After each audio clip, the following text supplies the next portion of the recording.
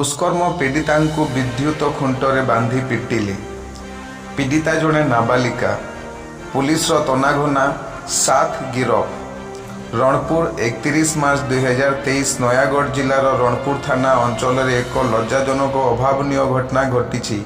एही गाँव में जड़े दुष्कर्म पीड़िता नाबालिका विद्युत खुंटरे बांधी केते लोक पिटिथिबा अभियोग होईछि। तेबे एने पीड़िता परिवार लोक स्थानीय थाना रे लिखित अभियोग करिबा परे पुलिस गाँव में पहुंची तनाघना आरंभ करने संगक 7 जन को गिरफ्त करिछि। अभियोग मुताबक रणपुर थाना अंचल जड़े नाबालिका 14 छन्व नाम को हिंचल गाड़िया गाँव तपन परिड़ा पुओ बाबू गत 3 मास तले घर उठाई नहीं दुष्कर्म करथिला। एने कुसुम भୟରେ घरे किछि कहि नथिले। परे ए संपर्क रे निज मां को जणाइबा जो परिवार लोक सरपंच वार्ड मेंबर को जणाइथिले।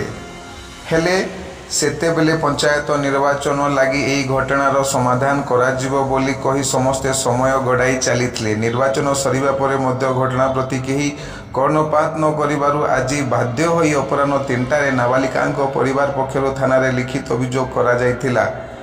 एहाकु नै सही गाँव सौभाग्य बेहरा ओरफ बाबाजी, कैलाश परिड़ा ओरफ बाबुला, रवि परिड़ा ओरफ टुंगा, विनमता, सिपू टोटाल प्रमुख मिसी अभियोगकारी को अश्लील भाषा रे गाली गुलज करने सांग को धक्का देवा मारिथिले। एहीपरी दांड दुआरे थिबा विद्युत खुंटरे नाबालिका को बांधी निस्तुक पिटिथिले।